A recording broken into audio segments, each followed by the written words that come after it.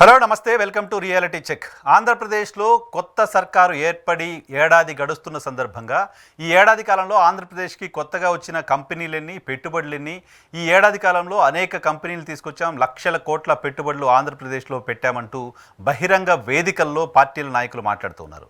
నిజంగా గ్రౌండ్ అయినవన్నీ, నిజంగా ఏం జరిగింది అనే అంశానికి సంబంధించి జై భీమ్రావ్ భారత్ పార్టీ అధ్యక్షుడు శ్రవణ్ గారు ఆర్టీఐ ద్వారా ఇన్ఫర్మేషన్ తీసుకున్నారు. దానికి సంబంధించిన డీటెయిల్స్ చూద్దాం. దాంతోపాటు ఆంధ్రప్రదేశ్ సంబంధించిన తాజా రాజకీయ పరిణామాలు, సింగయ్య అంశానికి సంబంధించి రాష్ట్ర ప్రభుత్వం జగన్మోహన్ రెడ్డి పైన కేసు నమోదు చేసింది. ఆయన భార్య ఫిర్యాదు మేరకు కేసులో ఏం లేదు, కేసు అక్రమంగా పెట్టారు, ఎఫ్ఐఆర్ దశలోనే మేము జోక్యం చేసుకోవాల్సిన పరిస్థితి ఎందుకు వచ్చిందంటే ఈ కేసు పూర్తిగా అక్రమంగా ఉంది అంటూ హైకోర్టు వ్యాఖ్యానించింది. మరోవైపు కంప్లైంట్ చేసిన సింగయ్య భార్య కూడా బలవంతంగా లోకేష్ మనుషులు వచ్చి తనను బెదిరించి కంప్లైంట్ చేయించారు అని చెప్తున్నారు. వీటితో పాటు ఆంధ్రప్రదేశ్లో ఏడాది కూటమి పాలనలో పవన్ కళ్యాణ్ ఎక్కడా, పవన్ కళ్యాణ్ ఏం చేశారు, ఈ ఏడాది పాలనలో పవన్ కళ్యాణ్ మార్క్ ఏంటి, పవన్ కళ్యాణ్ చెప్పిన షణ్ముఖ వ్యూహం సంగతి ఏంటి, షణ్ముఖ వ్యూహం పేరుతో మేము ఒక మేనిఫెస్టో తీసుకొస్తామని చెప్తారు, అది ఎక్కడైనా కనపడుతుందా? ఈ అంశాలు శ్రవణ్ గారితో మాట్లాడదాం. సార్ నమస్తే. Very good evening sir. Sir నమస్తే, వెల్కమ్ టు ఈహా. ముందుగా ఏం మాట్లాడదాం సార్? ముందుగా పవన్ కళ్యాణ్ గారికి సంబంధించిన ఇష్యూ మాట్లాడదాం. ఏడాది పాలనలో పవన్ కళ్యాణ్ ఏమైనా కనిపిస్తున్నాడా, ఎక్కడైనా వినిపిస్తున్నాడా? పవన్ కళ్యాణ్ గారు చెప్పిన షణ్ముఖ వ్యూహం ఏమైనా మీకు కనపడుతుందా? అది మీరే చెప్పాలి జర్నలిస్ట్ గా. నేను ఏది మాట్లాడినా కూడా పొలిటికల్ వేలో ఉంటుంది. ఇస్ బీయింగ్ ఏ జర్నలిస్ట్ గా మీరు చెప్పండి నాకు, ఈ 1 year లో Pawan Kalyan deputy chief minister గా సాధించిన ప్రగతి ఏంటి?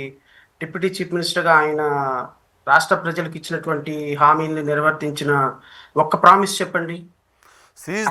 సీజ్ ద షిప్ అంటూ బియ్యం అక్రమ రవాణాను అడ్డుకుంటాను అని చెప్పారు. అదేంటి, ప్రజలు నేరుగా వచ్చి ఫిర్యాదులు ఇవ్వచ్చు అంటూ రచ్చబండ పేరుతో కొన్ని రోజులైతే కంప్లైంట్స్ తీసుకున్నారు. ఆ తర్వాత ప్రతి గ్రామ పంచాయతీకి నిధులు నేరుగా ఇస్తున్నాం, జెండా వందనం చేసుకోవడానికి నిధులు ఇస్తున్నాం అంటూ ఏదో 2-3 కార్యక్రమాలు చూసాము. సో అంతవరకు అయితే పవన్ కళ్యాణ్ గారికి సంబంధించిన చర్చ చూశాను. నరసింహరావు గారు, నేనేం చెప్తానంటే సినిమా ఇది గుడుంబా శంకర్ సినిమా కాదు, ఆంధ్రప్రదేశ్ రాష్ట్ర ప్రభుత్వం. ఇది అత్తారింటికి దారేది అమ్మాయి సినిమా కాదు. ఇది ప్రజల 5.5 కోట్ల మంది ప్రజల భవితవ్యం. సినిమాది ఏముందండి, ఒక సినిమాలో ఆయన నటిస్తే ఆ సినిమా ప్రేక్షకుల మన్ననలు పొందితే నిర్మాత బాగుపడతాడు, లేకపోతే నిర్మాత పోతాడు, కాదు కదా. కానీ ఈ ఆంధ్రప్రదేశ్ సినిమాలో ఇప్పుడు ఈయన నటిస్తున్న సినిమా ఫ్లాప్ అవడానికి అవకాశం లేదు. ఎందుకంటే ఫ్లాప్ అయితే నువ్వు ఒక్కటో కాదు పోయేది, 5.5 కోట్ల మంది ప్రజలు పోతారు. నీకు ఉప ముఖ్యమంత్రి పదవి ఇచ్చి నీకు ఈ రాష్ట్రంలో 3 మేజర్ పంచాయతీ రాజ్ దగ్గర నుంచి ఫారెస్ట్ దగ్గర నుంచి మేజర్ 3 శాఖలు నీ దగ్గర ఉన్నాయి. ఇవి ఆంధ్రప్రదేశ్ రాష్ట్రానికి పంచాయతీరాజ్ డిపార్ట్మెంట్ శాఖ అంటే అంత ఆషామాషి కాదు సార్ అది. ఎందుకంటే ప్రతి దేశంలో పల్లెటూరులో ప్రగతికి పట్టుకొమ్ములని, దేశంలో ప్రజాస్వామ్యంలో అత్యంత విలువైనటువంటి లోకల్ బాడీస్ అన్నీ కూడా ఆ మంత్రిత్వ శాఖ కింద ఉంటాయి. పంచాయతీలు, గ్రామ పంచాయతీలు ఉంటాయి, మండల పంచాయతీలు ఉంటాయి. అసలు గ్రామ పంచాయతీ కార్యదర్శులు, లోకల్ రూరల్ డెవలప్మెంట్ మొత్తం దాని కిందే ఉంటుంది. మీరు ఆ డిపార్ట్మెంట్ని తీసుకుని వెళ్ళి ఈ మహానుభావుడు దగ్గర పెట్టినారు. ఈ మహానుభావుడు అసలు కనీసం పంచాయతీలకు నిధులు ఇస్తున్నామా, పంచాయతీల్లో ఏమైనా డెవలప్మెంట్ జరుగుతుందా, సర్పంచులకు ఏమైనా డబ్బులు ఇస్తున్నామా, ఆ కేంద్ర ప్రభుత్వం నుంచి ఏమైనా తీసుకొచ్చి స్పెషల్ అధికారాలతో తీసుకొచ్చి ఏమైనా మనకు పంచాయతీలకు అరే ఎక్కక ముందే బ్లీచింగ్ పౌడర్ చల్లడానికి డబ్బులు లేవని చెప్పినటువంటి మంత్రి ఆయన. నేనేమంటానంటే మీరు అంగు ఆర్భాటం మొదటలో చూపించినంతగా సినిమా టైటిల్స్ పడేటప్పుడు ఇచ్చినంత ఎలివేషను ఎక్కడుంది రాష్ట్రంలో? పరిపాలన జరుగుతున్నప్పుడు ఎక్కడుంది? మార్నింగ్ ఫ్లైట్ ఎక్కితే బేగంపేటలో ఫ్లైట్ ఎక్కితే, గన్నవరంలో ఫ్లైట్ దిగితే, మళ్ళీ ఎక్కడో చెన్నైలోనో మద్రాసులోనో ఎన్నికల ప్రచారానికి వెళ్తే, మళ్ళీ మధ్యాహ్నానికి ఫ్లైట్ ఎక్కితే, మళ్ళీ సాయంత్రానికి తీసుకుని వెళ్ళి బేగంపేట ఎయిర్పోర్ట్ నుంచి ఇంటికి వెళ్ళిపోతుంది. ఆంధ్రప్రదేశ్ రాష్ట్రంలో ఎన్ని రోజులు ఉంటున్నాడు ఆయన? ఆంధ్రప్రదేశ్ రాష్ట్రంలో ఉప ముఖ్యమంత్రి అనే హోదాతో ఎన్ని రోజులు పనిచేస్తున్నాడు? ఏ గ్రామాలని సందర్శిస్తున్నాడు? ఎక్కడికి వెళ్తున్నారు? మీరు చెప్పండి. మీరు పవన్ కళ్యాణ్ ఏదో ఒక వారానికి ఒక రోజు అలా వచ్చేసి సినిమా షూటింగ్ అయిపోయిన తర్వాత అలా వచ్చేసి మాట్లాడి వెళ్ళిపోవడానికి ఆయన సినిమా హీరోను కాదు, ఇది సినిమాను కాదు, ఇది నిజ జీవితం కదా. కానీ పవన్ కళ్యాణ్కి సంబంధించిన ఎక్స్పీరియన్స్ మీరు ఇంతకుముందు చెప్పినట్టుగా మొదట్లో హడావుడి చేశాడు. మొదట్లో హడావుడి చేయడం వల్ల ప్రభుత్వంలో కాస్త ఏదో 2 పవర్ సెంటర్స్ అయిపోయాయా, పవన్ కళ్యాణ్ గారు ఒకటి మాట్లాడితే చంద్రబాబు నాయుడు గారు ఒకటి మాట్లాడుతున్నారు, ఇటువంటి ఒక చర్చ వచ్చింది. పైగా కూటమి సర్కార్ని లీడ్ చేస్తున్న చంద్రబాబు నాయుడు గారు కాబట్టి ఈయన వన్ ఆఫ్ ద మినిస్టర్సే, డిప్యూటీ సీఎం అని చెప్పినా వన్ ఆఫ్ ద మినిస్టర్సే కాబట్టి ఈయన మరీ అంత అగ్రెసివ్గా వెళ్ళొద్దు అని ఏమైనా డెసిషన్ తీసుకున్నారా కూటమిలో? తీసుకుని ఉంటారా? అగ్రెసివ్గా వెళ్ళొద్దు అంటే నీది కానీ హోమ్ డిపార్ట్మెంట్లో వేలు పెట్టి కాలు పెట్టి తలకాయ పెట్టి మనిషి అంతా దూరి నేనే హోమ్ మినిస్టర్ని అయితే అనిత నువ్వేం చేస్తున్నావు, ఏం బీగుతున్నావు, ఏం చేస్తున్నావు, నేనే హోమ్ మినిస్టర్ని అయితే నరికేస్తాను, పొడిచేస్తాను, తుడిమేస్తాను అనొద్దు. అనాల్సిన అవసరం లేదు. ఎందుకంటే అది మీ శాఖ కాదు. You are also one and among the ministers. So మీరు మీ శాఖలో ఉన్న దాన్ని ఎలగబెట్టండి ముందు. మీ శాఖలో ఉన్నటువంటి వ్యవస్థను ఎలగబెట్టండి. మీ శాఖలో ఉన్నటువంటి ఫారెస్ట్ డిపార్ట్మెంట్లో ఉన్నటువంటి ఎంక్రోచ్మెంట్స్ వేల ఎకరాల ఎంక్రోచ్మెంట్లో ఉన్నాయి, అవి తీసుకురండి బయటికి. ముందు పంచాయతీరాజ్ డిపార్ట్మెంట్లో ఒక్క పంచాయతీలో కూడా ఒక్క రూపాయి లేదు. గ్రామాల్లోకి వెళ్తే రోడ్ల మీద తంతున్నారు. మురుగు కాలంలో మురుగు తీయడానికి కూడా వాళ్ళ దగ్గర ఇన్స్ట్రుమెంట్లకు డబ్బులు లేవు, రోడ్ల మీద లైట్లు లేవు, రోడ్లు లేవు, ఇన్స్ట్రుమెంట్స్ లేవు. పంచాయతీ శాఖ మొత్తం అధ్వానంగా తయారైపోయింది. ఒక్క రూపాయి నిధులు ఇవ్వలేదు. అరే మీ మీ కాన్స్టిట్యున్సీలోనే మీకు ఒక రూపాయి పంచాయతీకి నిధులు ఇచ్చుకోలేని దౌర్భాగ్య పరిస్థితుల్లో పవన్ కళ్యాణ్ ఉంటే మిగతా శాఖలకి ఎవడాలేమన్నాడండి? ముందు నీ సినిమా నువ్వు చూసుకో, నీ సినిమా నువ్వు యాక్ట్ చేయి. మిగతా పక్కకెళ్ళి భారతీయ జనతా పార్టీని ముంబైలోను చెన్నైలో గెలిపించాల్సిన అవసరం లేదు. సనాతన ధర్మాన్ని మొత్తం ఎత్తుకొని తిరగాల్సిన అవసరం లేదు. ముందు నీకు ఇచ్చినటువంటి శాఖ నువ్వు ఏడుకుమంటున్నా నేను. 5.5 కోట్ల మంది ప్రజలు నీకు ఉప ముఖ్యమంత్రి ఇచ్చి ఒక శాఖ ఇచ్చి 3 శాఖలు ఇచ్చి ఆ శాఖల నిండా నువ్వు పని చేయవయ్యా అంటే నువ్వు అసలు ఆ పని చేసింది ఎక్కడ, రివ్యూ పెట్టింది ఎక్కడ, మాట్లాడింది ఎక్కడ? ఉప ముఖ్యమంత్రిగా యు హ్యావ్ ఎవ్రీ రైట్ అండి. నేనేమంటానంటే నువ్వన్నా కమిటెడ్ పర్సన్స్కే వద్దాం. నేనేమంటానంటే పవన్ కళ్యాణ్ గారిని ఏమంటానంటే మీరు ఉప ముఖ్యమంత్రి కాకముందు ఒక ప్రధాన ఒక ప్రతిపక్ష నాయకుడిగా, అప్పటికే బహుశా ఆయన ఎమ్మెల్యే కాకపోవచ్చు, ఒక ప్రతిపక్ష నాయకుడిగా మీరు కొన్ని ఎలిగేషన్లు చేశారు. నేనేమంటానంటే మీరు కొత్తగా ఏం చించొద్దు, పడవద్దు, నరకొద్దు. మీరు చెప్పినటువంటి మీరు ప్రతిపక్ష నాయకుడిగా ఆ రాష్ట్ర ప్రభుత్వం మీద గతంలో జగన్మోహన్ రెడ్డి ముఖ్యమంత్రి మీద చేసినటువంటి ఆరోపణల మీద కనీసం ప్రయత్నం చేస్తున్నట్టుగా నటించండి. నటించట్లేదా? ఒకళ్ళిద్దరు అమ్మాయిలు ఏదో కాశ్మీర్ నుంచి తీసుకొచ్చారు. అదే చెప్తా 1 by 1 వస్తా. నేను 1 by 1 వస్తా. ఇప్పుడు ఈయన చేసినటువంటి ఆరోపణల్లో ప్రధానమైనటువంటి ఆరోపణ లా అండ్ ఆర్డర్ సమస్య. లా అండ్ ఆర్డర్ సమస్యకి ఏమన్నాడు అంటే ఆడపిల్ల దగ్గరికి వెళ్ళి ఎవరైనా సరే ఆడపిల్ల వైపు కన్నెత్తి చూడాలి అంటే ఇంకా మీకు మీకు మీకు అలాంటి వ్యక్తిని కఠినమైన చట్టాలతో అణిచివేస్తాను అన్నాడు. నేనేమంటానంటే లాస్ట్ 1 year నుంచి ఒక ఉప ముఖ్యమంత్రి హోదాలో మహిళల రక్షణకు సంబంధించి ఈ రాష్ట్రంలో ఇప్పటికీ 24,800 చిల్లర రమారమి 1 year లో 25,000 ఎఫ్ఐఆర్లు ఆడపిల్లల మీద, అఘాయిత్యాల మీద, ఆడపిల్లల మీద కొట్టనియండి, తిట్టనియండి, ఆ అమ్మాయిని హ్యూమిలియేట్ చేయనియండి, లేకపోతే ఆ అమ్మాయి పట్ల అసభ్యకరంగా ప్రవర్తించనియండి, మటర్లు కానీ, రేపు కానీ, అఘాయిత్యాలు కానీ, వాట్ నాట్. ఆగస్టుకి 16,300 అయితే ఆగస్టు నుంచి ఇప్పటికి మొత్తం కలిపితే 25,000 ఇన్సిడెంట్లు ఆడపిల్లల మీద జరిగినాయి. ఎందుకు జరిగినాయి రివ్యూ చేయండి. You SIT along with home minister, you SIT along with you call for DGP. And conviction rate ఎందుకు పెరుగుతుంది, ఎందుకు తగ్గుతుంది, ఎందుకు దాన్ని ఇంప్రూవ్ చేయలేకపోతున్నారు, ఎందుకు 25,000 ఎఫ్ఐఆర్లు రిజిస్టర్ అయినాయి లాస్ట్ 1 year లో అమ్మాయిల మీద? ఎస్పెషల్లీ దొంగతనాలు, మర్డర్లు అవి పక్కన పెడేస్తే ఓన్లీ ఆడపిల్లల మీద జరిగినట్లు 25,000 రమారమి కేసెస్ నమోదైతే దీన్ని ఏం చేస్తున్నాం అనేది ప్రజలకు ఒక వైట్ పేపర్ రిలీజ్ చేయండి. Okay, at least people will believe Pawan Kalyan చెప్పిన దానికి అధికారం వచ్చిన తర్వాత హీఈస్ డూయింగ్ సంథింగ్. ఏదో అది కనపడుతుంది, అది కనపడాలి అంటున్నాను నేను. ఇప్పుడు ఆడపిల్లల పట్ల మీరు కొత్త చట్టాలు తయారు చేస్తున్న ఒక ప్రపోజల్ పెట్టండి. అసెంబ్లీ రిజెక్ట్ చేస్తే రిజెక్ట్ చేయండి, కేంద్ర ప్రభుత్వం రిజెక్ట్ చేస్తే రిజెక్ట్ చేయండి. That is a different issue. But at least you just place the matter for discussion. Initiation ఉండాలి కదా. Where is the initiation? నీకు ఏ కాడికి వీరమల్లి షూటింగ్ లోను, ఏ కాడికి చిత్ర పరిశ్రమ మీద, ఏ కాడికి జగన్మోహన్ రెడ్డి మీద, ఏ కాడికి ఇంకొకళ్ళ మీద ఊరక జుట్టు ఎట్లా అనుకుని ఏంటి సినిమా నాకు కాదు కదా సార్ ఇది. మీరు చెప్పింది ఏంటి? ఆడపిల్లల మీద, అఘాయిత్యాల మీద, ఎవడైనా ఆడపిల్ల మీద అఘాయిత్యం చేయడానికి ప్రయత్నం చేస్తే కోసేస్తా, నరికేస్తా, తుడిమేస్తా, పిసికేస్తానంటివి. ఎక్కడున్నావు నువ్వు? పిసుక్కుంటా కూర్చున్నారు ఎక్కడో, హైదరాబాద్ లో కూర్చున్నారు. మీరు ఉపయోగం ఏముంది? మీరు రాష్ట్రంలో ప్రజల పట్ల మీకు ఒక సిన్సియారిటీ, హానెస్టీ ఉంది అని నిరూపించుకోవాలి అంటే you should do something. Number 1. Number 2, ఉప ముఖ్యమంత్రి హోదాలో కొన్ని వేల ఎకరా ఫారెస్ట్ ల్యాండ్స్ అన్యాక్రాంతం అయిపోయి కంపెనీలు ఫారెస్ట్ ల్యాండ్ని ఆక్రమించుకొని గుళ్ళు గోపురాలు కట్టేసుకొని ఇష్టం వచ్చినట్టు వాళ్ళ ఫ్యాక్టరీలు నిర్మించుకున్నారు. ఐడెంటిఫై, వాటిని బయటికి తీసుకురండి. పంచాయతీరాజు నిధులు లేక గత 5 సంవత్సరాల నుంచి పంచాయతీలు నిర్వీర్యం అయిపోయి, ఒక్క రూపాయి వాళ్ళ దగ్గర డబ్బు లేక పంచాయతీలకి కనీసం నువ్వే అన్నా బ్లీచింగ్ పౌడర్ చల్లడానికి కూడా డబ్బులు లేవని, just go and SIT along with the minister for national central minister తో కూర్చోండి. మీకు ఇక్కడ కూర్చొని ఆంధ్రప్రదేశ్ రాష్ట్రానికి మాకు నిధులు కావాలి, పంచాయతీ నిధులు కావాలి, 4,000-5,000 కోట్లు ఎవ్రీ ఇయర్ వస్తాయి. ఆ 5,000 కోట్లు మాకు వచ్చిన గత ప్రభుత్వంలో వచ్చిన 5,000 కోట్ల రూపాయలు డైవర్ట్ చేశారు. ఓకే, పంచాయతీకి వచ్చినటువంటి 4,800 కోట్ల చిల్లర రమారమి ఎవ్రీ స్టేట్ కి వెళ్తాయి సార్. అది మనకే కాదు, పంచాయతీ డెవలప్మెంట్ కోసం అది సెంట్రల్ గవర్నమెంట్ ఇచ్చేది. ఈ సెంట్రల్ గవర్నమెంట్ ఇచ్చిన నిధులు డైవర్ట్ చేసినప్పుడు దీన్ని మళ్ళా నువ్వు వెళ్ళి తీసుకొచ్చుకొని వాటిని స్ట్రెంగ్తన్ చేయి. అరే wear is the plan of action? నీ శాఖ గురించి నీకు అవగాహన లేదు, ఇచ్చినటువంటి మాటల గురించి అవగాహన లేదు. Seize the ship, wear is the seize the ship అండి? అసలు సీజ్ ద షిప్ అనేటువంటి అథారిటీ మనకు ఉందా లేదా? Doesn't know. అరే మీకు అసలు కనీసం కామన్ సెన్స్ లేదు, కనీసం ఒక అవగాహన లేదు, సిన్సియారిటీ లేదు, ప్రజలకు ఇచ్చినటువంటి మాట పట్ల హానెస్టీ లేదు. 30,000 మంది అమ్మాయిలు మిస్ అయ్యారు. ఏం చేసావు నువ్వు 30,000 మంది అమ్మాయిలకి? ఏం చేశారు చెప్పండి సార్? 30,000 మంది అమ్మాయిలు మిస్ అయ్యే విషయంలో 1 year లో సార్ ఇదిగో నేను డీజీపీతో కూర్చున్నాను, హోమ్ మినిస్టర్తో కూర్చున్నాను, ఈ 30,000 మంది అమ్మాయిల మీద ఒక రివ్యూ చేస్తున్నాను, పిల్లలు ఎక్కడ ఉన్నారో నేను ఫైండ్ అవుట్ చేస్తున్నాను, ఈ 30,000 మంది అమ్మాయిలకి కారణమైనటువంటి వాలంటీర్ల మీద నేను క్రిమినల్ కేసు ఇనిషియేషన్ చేస్తానని చెప్పాలిగా. రివ్యూనే లేదుగా.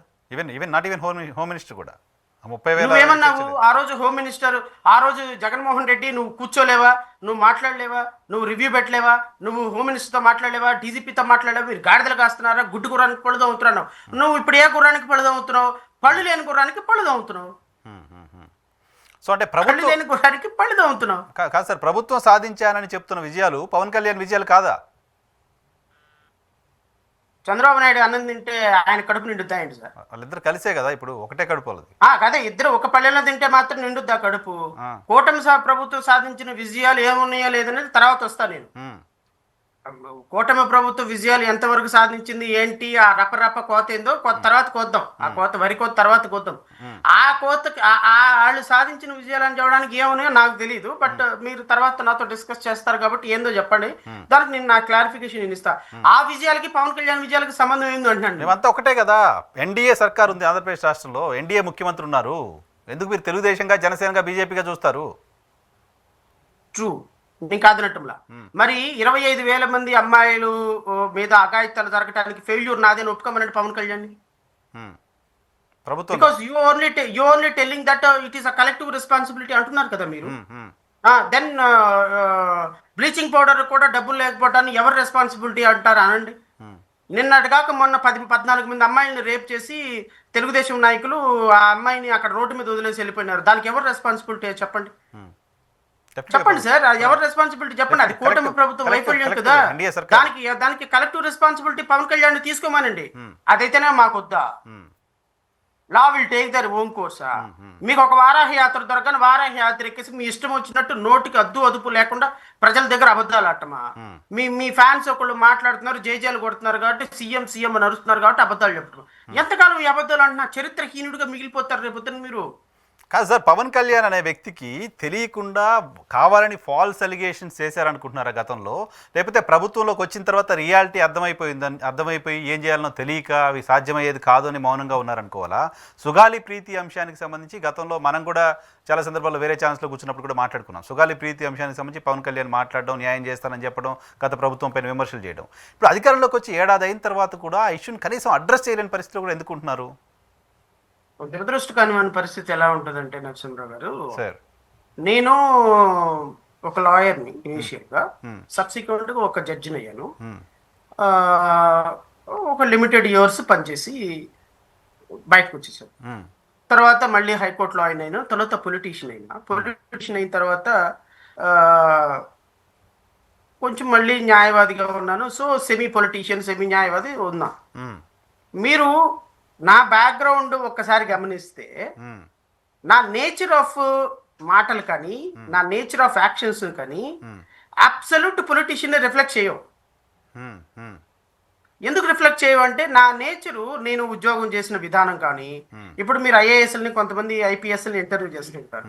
వాళ్ళు బ్యూరోక్రాట్స్ విధానంలోనే మాట్లాడతారు తప్ప వాళ్ళ ఐడియాలజీ అదంతా అబ్సల్యూట్ గా ఈ ఈ ఈ పొలిటీషియన్స్ 100% పొలిటీషియన్స్ లాగా ఉన్న వాళ్ళ స్థాయిలోకి మేము ఎప్పటికీ వెళ్ళలేము. బికాస్ వాళ్ళలాగా మాట్లాడలేము, వాళ్ళలాగా అబద్ధాలు ఆడలేము, వాళ్ళలాగా ఎదుటి వ్యక్తి మీద మసిగుడ్డ కాల్చి మొఖాన్ని పడలేము. ఇదంతా కూడా బేసిక్గా ఒక ఐడియాలజీ మైండ్ సెట్ మా జీవన విధానంలో ఉండడం చేత కారణంగా మేము కంప్లీట్గా అవతల పక్క పొలిటీషియన్స్కి మాకు కొంత డిఫరెన్స్ కనపడతా ఉంటుంది.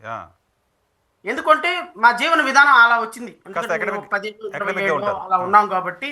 సో మేము బై చాయిస్ పొలిటీషియన్స్ అయ్యాం, by birth we are not a politicians. కానీ మాలో కొంత ఆ చేంజ్ అనేది కనపడుతుంటుంది. సో మీరు పవన్ కళ్యాణ్ ఇంటెన్షనల్ గా తెలిసి చేశాడా, ఇంటెన్షనల్ గా తెలియక చేశాడా, ఆ అధికారంలోకి వచ్చిన తర్వాత ఆయనకి ఇష్యూస్ పట్ల అవగాహన వచ్చిన తర్వాత సైలెంట్ అయ్యాడని మీరు అడే ప్రశ్నకి నేను ఒకటే సమాధానం చెప్తా. డైరెక్టర్ గారు వచ్చి, సార్ ఇప్పుడు ఇదిగో ఈమె మీ చెల్లెలు ఈమె పుట్టింటికి వెళ్ళాలి, అన్నవరం సినిమాలో డైలాగే చెప్తాను నేను పవన్ కళ్యాణ్ గారు, ఈ పుట్టింటి నుంచి వచ్చింది, మీరు ఇమ్మీడియట్ గా పట్టుకొని ఏడవాలి, వెంటనే మా అన్న నా భర్త కొట్టాడు అనగానే ఎక్కడన్నా కత్తి తీయాలి, కత్తి తీసి వాడిని చంపడానికి వెళ్ళిపోతే ఇంకొకటి వచ్చి నేను ఆపాలి, అప్పుడు నీ చెల్లెలు అన్నా వద్దన్నా మా భర్తని చంపొద్దన్నా అని కాళ్ళ మీద పడితే అయిపోలేదు. This is the scene. ఈ సీన్ లో పవన్ కళ్యాణ్ కత్తి తీయటం అబద్ధం, ఆ పాప వచ్చి ఏడవటం అబద్ధం, ఈయన కత్తి తీసుకుని వెళ్ళి ఆయన చంపకపోవటాన్ని అబద్ధం, ఆయన వచ్చి ఈయన్ని కాళ్ళు పడి మళ్ళీ చెల్లెలు ప్రాణభిక్ష పెట్టమని అంటాం అబద్ధం. ఇవంతా అబద్ధం అన్న సంగతి పవన్ కళ్యాణ్కి తెలుసు. కానీ సీన్ రక్తి కట్టించాలంటే ఏం చేయాలి? ఎంత యాక్ట్ చేయాలి అంటే మిగతా యాక్టర్ ఎవ్వరూ యాక్ట్ చేయనంత ఎమోషన్ పండించాలి. మీ అభిమానులకి పవన్కు తెప్పించేంత ఒక అద్భుతమైనటువంటి నటనా చాతుర్యాన్ని ప్రదర్శించాలి. తర్వాత ఆడపిల్ల తల్లి చెల్లెల కాళ్ళ మీద పడిపోగానే ఆగిపోయి, అంటే మహిళా తల్లులు అందరూ కూడా కన్నీళ్లు కార్చేటువంటి సెంటిమెంట్ పండించాలి. ఇవన్నీ పండించగలిగితేనే మీరు నటుడు అవుతారు. ఓకేనా? సో కట్ అనగానే అయిపోయింది, సినిమా అయిపోయింది. పక్కన గ్లెజరన్ పడిసి ఎవరు వచ్చారు, రండి, ఇట్లా రండి, అట్లా రండి, ఇంక వాళ్ళ ప్రైవేట్ కార్యక్రమాలకు వాళ్ళు వెళ్ళిపోతారు. ఇది ఒక సినిమా. ఓకేనా? ఈ నేపథ్యంలో నుంచి వచ్చిన పవన్ కళ్యాణ్ ఉప ముఖ్యమంత్రి గారు ఇంతకంటే గొప్పగా నటిస్తారు, గొప్పగా మాట్లాడతారు, గొప్పగా యాక్ట్ చేస్తారు అని మీరు ఎలా అనుకోగలుగుతున్నారు? సో ఆయన గతంలో స్టేట్మెంట్స్ అన్ని కూడా అటువంటి నటనేనా? కైండ్ ఆఫ్ నేను చెప్పటం లేదు సార్, మీరు చెప్పండి అంటున్నా నేను. ఆయన చెప్పిన, ఇప్పుడు నేను ఎలాగైతే ఒక జడ్జిగా వచ్చి బయటకు వచ్చి అబద్ధాలు ఆడలేనో, నేను ఏ విధంగా అయితే గబక్కన మసిగుడ్డ కాల్చి మొఖాన్ని పడలేనో, నేను ఎక్కడైతే వీలైనంత వరకు లాజికల్ గా లీగల్ గా మాట్లాడడానికి ప్రయత్నం చేస్తానో, నా బతుకు నా నేచర్ అంతా అలా ఉంది కాబట్టి నా జీవన విధానం అలాగే వెళ్తుంది భవిష్యత్తులో కూడా. బట్ మన పవన్ కళ్యాణ్ గారిది అలా కాదు. పవన్ కళ్యాణ్ గారి నటన, మాటలు, యాక్షను, ఎమోషను, గొడవలు, తిట్లు అంతా నటనే. అంతా నటన, అంత స్క్రిప్టే. భారతీయ జనతా పార్టీని తిట్టతో మొదలు పెడితే బూతులు ఢిల్లీ కనపడి ఆయన తిట్లు. ఏడున్నాడు ఇప్పుడు? భారతీయ పార్టీ సంఖలో ఉన్నాడు, భారతీయ జనతా పార్టీ సంఖలో. చంద్రబాబు నాయుడిని, నారా లోకేష్ ని తిట్టిన తిట్లు మామూలుగా తిట్ల. ఇప్పుడు ఎక్కడున్నాడు? వాళ్ళ కాళ్ళ కింద ఉన్నాడు, వాళ్ళ కాళ్ళ దగ్గర జీ హుజూర్ అని ఉన్నాడు. సో ఓవరాల్ గా నేను చెప్పేది ఏంటి అంటే, డిప్యూటీ చీఫ్ మినిస్టర్ మాట్లాడిన మాటలు, డిప్యూటీ చీఫ్ మినిస్టరు చేసిన ఎలిగేషన్స్, డిప్యూటీ చీఫ్ మినిస్టరు ప్రజలకు ఇచ్చిన వాగ్దానాలు, డిప్యూటీ చీఫ్ మినిస్టరు ఈ రాష్ట్ర ప్రజలకి చేస్తానన్నటువంటి పనులు అన్ని కూడా సినిమా స్క్రిప్ట్ మాత్రమే. ఆయనకి వాస్తవాలు కాదు అన్న సంగతి తెలుసు. వాలంటీర్లు తప్పు చేయలేదు, వాలంటీర్లు ఎవరిని అమ్మాయిల మిస్సింగ్ కి కారణం కాదన్న సంగతి తెలుసు. ఈ రాష్ట్రంలో ఏ ప్రభుత్వం వచ్చినా లా అండ్ ఆర్డర్ జరుగుతుంది, అమ్మాయిల మీద అఘాయిత్యాలు జరుగుతాయి అన్న సంగతి తెలుసు. ఈ రాష్ట్రంలో ఫైనాన్షియల్ గా మనకు స్ట్రగుల్స్ ఉన్నాయి అన్న సంగతి తెలుసు. పంచాయతీరాజ్ డిపార్ట్మెంట్ కాదు కదా, ఏ డిపార్ట్మెంట్ అయినా ఈ రాష్ట్రానికి డబ్బులు లేవు, మనం ఇచ్చిన హామీలు అమలు సాధ్యం కాదు అన్న సంగతి తెలుసు. కానీ స్క్రిప్ట్ ని రక్తి కట్టించడంలో, సినిమాని హిట్ చేయించడంలో అద్భుతమైనటువంటి నటన ప్రదర్శించి ఈ రాష్ట్రంలోకి అధికారంలోకి వచ్చాడు అనేది నా personal opinion. And my party opinion is also like that. Okay. కానీ సార్, పవన్ కళ్యాణ్ గారు గతంలో ఎమ్మెల్యేలకు సంబంధించిన అవినీతి పైన, ఎమ్మెల్యేలకు సంబంధించిన అరాచకాలపైన పదే మాట్లాడేవాళ్ళు. ఈరోజు ఆంధ్రప్రదేశ్లో కూటమి సర్కారుకు సంబంధించిన ఎమ్మెల్యేలు భూములు దోచేసుకుంటున్నారు, ఇసుక అమ్మేసుకుంటున్నారు, రకరకాలుగా అవినీతి కార్యక్రమాలకు పాల్పడుతున్నారు అని నేను చెప్పడం కాదు, తెలుగుదేశం పార్టీ మీడియా రోజు చెప్తోంది. చంద్రబాబు నాయుడు గారు రివ్యూ పెట్టి వాళ్ళతో సమావేశం పెట్టి మీరు ఎవరెవడు ఏం చేస్తున్నారో నాకు తెలుసు, అందరి రిపోర్ట్లు నా దగ్గర ఉన్నాయి, జాగ్రత్త, మళ్ళీ టికెట్ రాకుండా పోద్దని వార్నింగ్లు ఆయన ఇస్తున్నాడు తప్పులు చేస్తున్నారని. ఆయన ఎండార్స్ చేస్తున్న వార్నింగ్లు తెలుగుదేశం పార్టీ మీడియా రాస్తున్న వార్తలు పవన్ కళ్యాణ్ గారికి ఎందుకు కనపడట్లేదు, ఎందుకు మాట్లాడట్లేదు? ఎవరి మీద మాట్లాడాలి? కూటమికి సంబంధించిన ఎమ్మెల్యేల పైన. నేను అనేది అదే సార్, మళ్ళీ మళ్ళీ మీరు అక్కడికే వస్తున్నారు. కుక్కతోకి ఎప్పుడు వంకరే అవుద్ది, కుక్కతోకి ఎప్పుడు వంకరే ఉంటుంది. అసలు పవన్ కళ్యాణ్ అనేటువంటి వ్యక్తి ఏసీఎఫ్ లాంటి ఒక కాన్సెప్ట్ ని తీసుకొచ్చి యువరాజ్యం, ఆయన ప్రజారాజ్యంలో ఉన్నప్పుడు, యువరాజ్యం అధ్యక్షుడిగా ఉన్నప్పుడు ఆయన ఒక ఆర్గనైజేషన్ స్టార్ట్ చేసి అసలు is a master of zero politics concept, zero budget politics కి he's a master, zero budget politics కి ఈజ్ అ మాస్టర్. అండ్ నేను రూపాయి జీతం తీసుకుంటున్నాను, ₹10 పావల ఇన్సెంటివ్ తీసుకుంటున్నానని చెప్పేటువంటి మన పవన్ కళ్యాణ్ గారు కూటమి ప్రభుత్వంలో కోట్లు దోచుకుంటున్న విషయం పక్కన పెట్టండి, అసలు ముందు జనసేన ఎమ్మెల్యేలు చేసుకుంటున్నటువంటి దాంట్లో నాకు వాటా ఇవ్వలేదేంది అనే స్థాయికి వచ్చారు.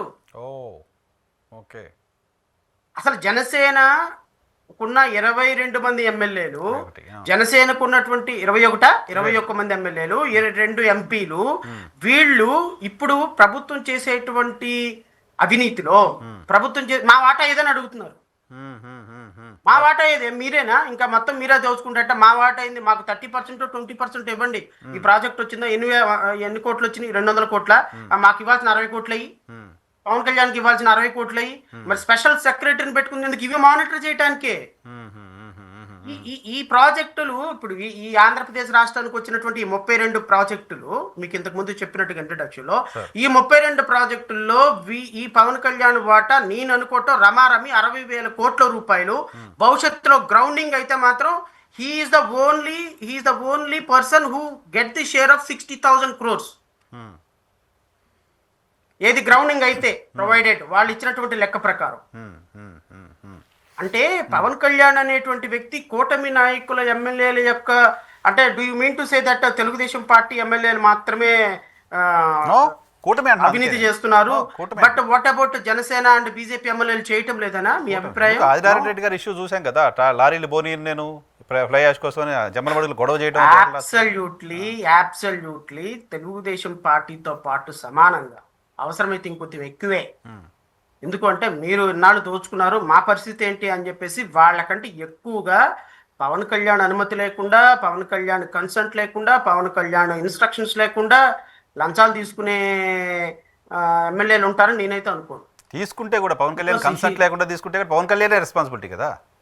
No, he is getting share sir. ఇంకా where is the question of questioning?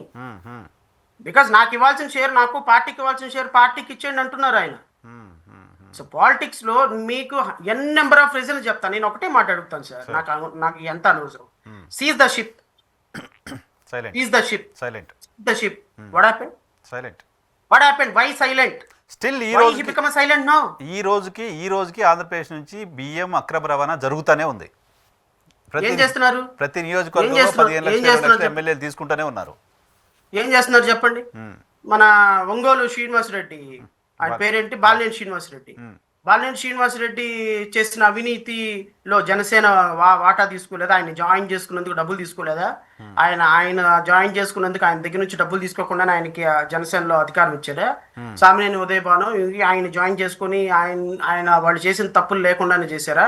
మీరు ఆంధ్రప్రదేశ్ రాష్ట్రంలో మీరు ఇంతకు ముందు ఎలిగేషన్ చేసినట్టుగా ఎంతమంది పెద్దిరెడ్డి రామచంద్రారెడ్డి దగ్గర కానీ, వీళ్ళ దగ్గర కానీ, వాళ్ళ దగ్గర కానీ ఎక్కడైనా మీరు ఎలిగేషన్ చేసినట్టుగా మీరు ఈ రోజు వాళ్ళని కాపాడుతున్నారంటే కారణం ఏంటి? మీకు వాటాలు వస్తున్నాయి, మీ వాటాలు వస్తున్నాయి కాబట్టి మీరు సైలెంట్ అయిపోయినారు, మీరు మాట్లాడటం లేదు.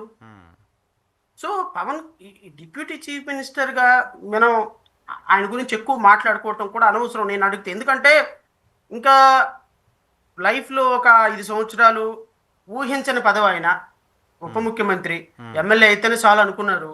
ఆయన అదృష్టం బాగుండి పాపం ఆయన్ని ఉప ముఖ్యమంత్రి చేశాడు జగన్మోహన్ రెడ్డి. ఆ ఉప ముఖ్యమంత్రి పదవి ఉన్నంత వరకు, ఎందుకంటే నెక్స్ట్ వస్తుందో ఉంటుందో తెలియదు, ఈవెన్ ఎమ్మెల్యే అవుతామో లేదో తెలియదు. ఒకవేళ ఎమ్మెల్యే అయినా కూడా రాష్ట్రంలో ప్రజలు మామూలుగా అసలు రోడ్ల మీద తిరగనిచ్చే పరిస్థితి ఉండదు ఆయనకి. ఇంకా ఆయన ఏదో బౌన్సర్లు పెట్టుకుని తిరగాల్సిందే తప్ప నేనేమన్నాను సార్, నేను ఒక్కటే మాట్లాడుతా. జనసేనలో సంబంధించిన 21 మంది ఎమ్మెల్యేలు మ్మ్. వాళ్ళ కాన్స్టిట్యున్సీలో మ్మ్. గడప గడపకి ప్రభుత్వమా, గడప గడపకి ప్రజాప్రభుత్వమా, లేకపోతే ఇప్పుడు రాష్ట్ర ప్రభుత్వం ఏదో డెవలప్మెంట్ మాడ్యూల్ ఏదో ఏదో అయితే ఇంతకుముందు ఏదో సుపరిపాలనకు ఏడాది అని. సుపరిపాలన సుపరిపాలనకు ఏడాది.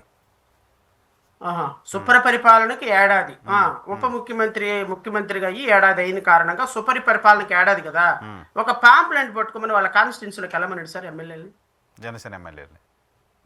జనసేన ఎమ్మెల్యేని పవన్ కళ్యాణ్ గారు ఫోటో పెట్టుకొని మీరు ఒక సుపరిపాలన వచ్చిందమ్మా మా రాష్ట్రంలో, మా అద్భుతమైనటువంటి పరిపాలన వచ్చామని ఒక్కసారి ఎమ్మెల్యేలు వెళితే, ఎమ్మెల్యేలు గనక వెళ్ళే సాహసం చేశారంటేనే అద్భుతమైన పరిపాలన అని నేను కితాబు ఇవ్వగలను. ప్రయత్నం చేయట్లేదు, ఎందుకో కనపడట్లేదు. మరి జనసేన ఎమ్మెల్యేలు ఎక్కడికి కనపడలేదు. మీరు ఇంతకుముందు బాలినేని శ్రీనివాసరెడ్డి గారు ప్రస్తావన తీసుకొచ్చారు సార్. సార్ అది మాట్లాడి క్లోజ్ చేద్దాం పవన్ కళ్యాణ్ గారి గురించి. పొలిటికల్గా పార్టీ విస్తరణకు సంబంధించిన ప్రయత్నాలు చేస్తున్నారు పవన్ కళ్యాణ్ అని ఆ మొదట్లో అనిపించింది. కొంతమందిని జాయిన్ చేసుకోవడం కావచ్చు, ఉదయభాన్ గారు కావచ్చు, ఈయన ఇంకొంతమందిని జాయిన్ చేసుకుంటా ఉన్నారు. సో ఇప్పుడు అసలు ఎవరు పార్టీ వైపు చూస్తారా అనే పరిస్థితి లేకుండా పోయింది. చేరిన వాళ్ళు ఎందుకు వచ్చామరా బాబు అని పక్కదారులు వెళ్ళడం కోసం ప్రయత్నాలు చేస్తున్నారు. బాలినేని శ్రీనివాసరెడ్డి మళ్ళీ వెనక్కి వెళ్తాడని, వేరే పార్టీలోకి వెళ్తాడని ప్రచారం చూస్తున్నాం. సామినేని ఉదయభాన్ పరిస్థితి కూడా అలాగే చూస్తున్నాం. పార్టీలోకి వచ్చిన ఒకరిద్దరు నాయకులను కూడా కనీసం పార్టీలో ఉంచుకోలేని పరిస్థితి. ఆ రకంగా కూడా రాజకీయంగా ఎందుకు జనసేన పార్టీ ఉండిపోతుంది? సార్ నాకు తెలిసి పాలిటిక్స్ లో నేను అనుకోవటం అంటే నాకున్న చిన్నపాటి పరిజ్ఞానం ప్రకారం పాలిటిక్స్ లో నేను ఎంత గొప్పవాడినైనా నా బలం, నా బలహీనత, నా విజయం, నా అపజయం ఎదుటి వ్యక్తి మీద ఆధారపడి ఉంది ఎప్పుడు కూడా. మోడీ పెద్ద గొప్ప, మోడీ భారతీయ జనతా పార్టీ 3 సార్లు గెలిచేంత పరిపాలన చేసిందా ఈ రాష్ట్రంలో? ఈ దేశంలో మోడీ అంత వర్స్ట్ ప్రధానమంత్రి ఈ చరిత్ర చూడలేదు. ఎందుకు? 5 సంవత్సరాలు పరిపాలన చేస్తే పివి నరసింహారావు ఈ దేశంలో అప్పులో కూబులో నుంచి తీసుకొచ్చి కొన్ని లక్షల కోట్ల రూపాయల దీంట్లోకి ఇన్వెస్ట్మెంట్స్ కి లేకపోతే ఇండస్ట్రియలైజేషన్ కి కారణమైనారు. ఈవెన్ గుజరాల్ కావచ్చు, ఐకే గుజరాల్ కావచ్చు, దేవగౌడ కావచ్చు, వీళ్ళందరూ కూడా, చంద్రశేఖర్ కావచ్చు, అద్భుతమైన రిఫార్మ్స్ తీసుకొచ్చినారు. మోడీ ప్రభుత్వంలో గత 14 సంవత్సరాల్లో 16 సంవత్సరాల్లో వచ్చిన రిఫార్మ్స్ ఏంటో ఒక్క రిఫార్మ్ చెప్పమనండి సార్, నేను చెప్తా 100 ఇర్రెగ్యులారిటీస్. కానీ he become prime minister of this country. ఎందుకు? రాహుల్ గాంధీ అవతల పక్క కాంపిటీషన్ లేదు. ప్రధానమంత్రిని అని రాహుల్ గాంధీ అనుకోవటంలా. ప్రధానమంత్రి స్థాయి వ్యక్తిని నేను ప్రజల దగ్గరికి వెళ్ళాలి, మా లెగసీ ఉందని రాహుల్ గాంధీ, బికాస్ కాంపిటీషన్ లేదు. కాంపిటీషన్ లేని కారణంగా ఏమైపోయింది? మోడీ గొప్పవాడు అయిపోయినాడు. ఎదుటి వ్యక్తి బలం లేని వ్యక్తి, బలహీనమైనటువంటి వ్యక్తి ఉండటంతో ఆటోమేటిక్గా నాకున్న బలమే పాలిటిక్స్ లో నన్ను ముందుకు తీసుకెళ్తాను. సిమిలర్ వేలో పవన్ కళ్యాణ్ అనేటువంటి వ్యక్తి ఉప ముఖ్యమంత్రి అవ్వటానికి, వాళ్ళ పార్టీ ఈ రోజు అధికారంలోకి రావటానికి ఆయన ఎంత బలవంతుడో నాకైతే తెలియదు. ఎందుకంటే 6.5% ఓటింగ్ ఉన్న క్యాలిక్యులేషన్ చెప్తున్నాను. నేనేమి ఆయన తక్కువ అంచనా వేయటంలా. 2019 ఎలక్షన్ లో 6.3, 6.4% ఎలక్షన్స్ ఉన్న అతను 22కి 22 ఎందుకు గెలవగలిగారు? 21కి 21 ఎందుకు గెలవగలిగారు? 2 ఎంపీలు ఎందుకు గెలవగలిగారు? ఉప ముఖ్యమంత్రి ఎందుకు గెలవగలిగారు? అంటే ఎదుటోటి వీక్నెస్, ఈయన బలం. ఎదుటివాడి వీక్నెస్, జగన్మోహన్ రెడ్డి వీక్నెస్, జగన్మోహన్ రెడ్డి దురదృష్టం, జగన్మోహన్ రెడ్డి ఈయన డిప్యూటీ చీఫ్ మినిస్టర్ చేయాల్సిన పరిస్థితికి వచ్చినాడు. లేకపోతే 6.5%తో 6.1%తో పవన్ కళ్యాణ్ ఉప ముఖ్యమంత్రి కాలేడు కదా. 0.5% నేను భారతీయ జనతా పార్టీ ఈ రోజు రాష్ట్రంలో ఎంతమంది ఎమ్మెల్యేలు తీసుకొచ్చుకున్న పరిస్థితిలో లేదు కదా. సో పాలిటిక్స్ లో నేను అనుకోవటం ఎదుటి వ్యక్తి యొక్క బలహీనత మన బలం. ఇప్పుడు ఈ రోజు పవన్ కళ్యాణ్ రేపొద్దున ఈ రాష్ట్రానికి ముఖ్యమంత్రి అవ్వాలి అని అనుకోవటము, ముఖ్యమంత్రి స్థానంలోకి వెళ్ళాలి అనుకోవటము, పవన్ కళ్యాణ్ బలంగా ఉండాల్సిన అవసరం లేదు సార్. ఎదుటివాడు బలహీన పడితే చాలు, ఆటోమేటిక్గా ఈయన పార్టీ ముందుకెళ్తుంది, ఈయన అనుకున్నది సాధించగలుగుతాడు. ఈ రోజు ముఖ్యమంత్రి అయినాడు, రేపు ముఖ్యమంత్రి అవ్వచ్చు. What is wrong? Who can prevent him? ఎందుకు? తెలుగుదేశం పార్టీని రేపు భూస్థాపితం చేసేది, తెలుగుదేశం పార్టీ అంతర్ధానం చేయగలిగేది, తెలుగుదేశం పార్టీలో నుంచి తన మూలాలను పెంచుకొని ఈ రాష్ట్రంలో అధికారం దిశగా ప్రయాణం చేయగలిగేది నాకు తెలిసి నారా లోకేష్కి, చంద్రబాబు నాయుడుకి Jaganmohan Reddy is not at all is not competition. Because future competition, ఫ్యూచర్లో వీళ్ళని ఈ పార్టీని భూస్థాపితం చేయగలిగిన ఏకైక అవకాశం ఉన్నది పవన్ కళ్యాణ్కి. ఓకే. ఎందుకు? With the active influence of Bharatiya Janata party. ఎందుకు అంటే ఇప్పుడు నేను ఒక మాట చెప్తాను సార్. భారతీయ జనతా పార్టీని జగన్మోహన్ రెడ్డిని భారతీయ జనతా పార్టీలో నా పార్టీని కలిపాయి, భారతీయ జనతా పార్టీ నుంచి నేను రాష్ట్రానికి ముఖ్యమంత్రి చేస్తామంటే జగన్ వెళ్ళడుగా. ఎందుకెళ్ళడు? నాకు 40% ఓటింగ్ ఉందండి, మీరే రండి, నా దాంట్లోనే గవర్నమెంట్ లో ఉండండి, నేను ఆల్రెడీ 5 ఏళ్ళు ముఖ్యమంత్రి చేసినాను, 151 సీట్లు వచ్చినాయి, నేను ఇప్పుడు కొత్తగా మీ దగ్గరకు వచ్చి ముఖ్యమంత్రి అవ్వాల్సిన అవసరం ఏముంది అంటాడు. సో భారతీయ జనతా పార్టీ ఐడియాలజీని నెత్తి మీద పెట్టుకొని భారతీయ జనతా పార్టీ కాళ్ళ కింద కూర్చొని వాళ్ళ ఐడియాలజీని మోసుకుంటూ వాళ్ళ దాంట్లోకి ముఖ్యమంత్రి అవ్వగలిగిన నిన్ను ముఖ్యమంత్రి చేస్తామంటే చాప చీర సాట సంకరం పెట్టుకొని పరిగెత్తి పార్టీని కలిపేయటానికైనా, పార్టీని ముంచేయటానికైనా, పార్టీని నమ్ముకున్న వాళ్ళని రోడ్డు మీద పడేయటానికైనా రేపు భారతీయ జనతా పార్టీలో చేరి రాష్ట్రానికి ముఖ్యమంత్రి అవ్వాలనే ప్రయత్నం చేశాడు అనుకోండి, చేయడానికి ఉన్న ఒకే ఒక ఆప్షన్, ఒకే ఒక అవకాశం పవన్ కళ్యాణ్ ఓన్లీ.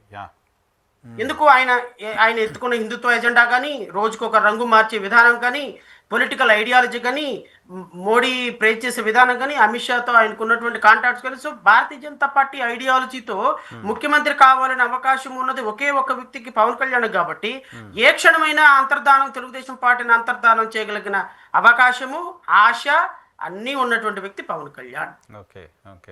కాబట్టి ఆయన పార్టీ డెవలప్ అవ్వలేదే, అయ్యో ఆయన పార్టీ పరిస్థితి ఏంటి, ఆయన నాయకులు ఎక్కడికి వెళ్తున్నారు, వచ్చిన వాళ్ళని నిలబెట్టుకోలేకపోతున్నారనే బాధ మీకు నాకు అవసరం లేదు. Things will move on. Okay. ఆయన పార్టీ నాయకుల ద్వారా బలోపేతం అవ్వాలనే ఆలోచన కంటే ఆయన బలోపేతం చేయాలనుకునే వాళ్ళని బలోపేతం చేయాలని. నాకు ఒకటి చెప్పండి, మీరు పార్టీ ద్వారానే ఉప ముఖ్యమంత్రి అయినాడు ఆయన? నోవే. జనసేన పార్టీ ద్వారా? నోవే. పార్టీ నాయకులు ప్రజల్లోకి వెళ్ళి చేసిన విధి విధానాలు, ప్రజల తరపున పోరాడిన విధానాలు, ప్రజల్లో వాళ్ళ పార్టీకి సంపాదించుకున్న మద్దతు ద్వారా అయినాడా? నోవే. 21 మంది ఎమ్మెల్యేల్లో 11-12 మంది తెలుగుదేశం పార్టీలో ఉండి చివరి గంటల ముందు వచ్చి బీఫామ్ తీసుకొని జనసేన ఎమ్మెల్యేలు అయ్యారు కదా. సో మరి how can you imagine that chief minister కూడా ఆ విధంగా అవ్వగలడు అని?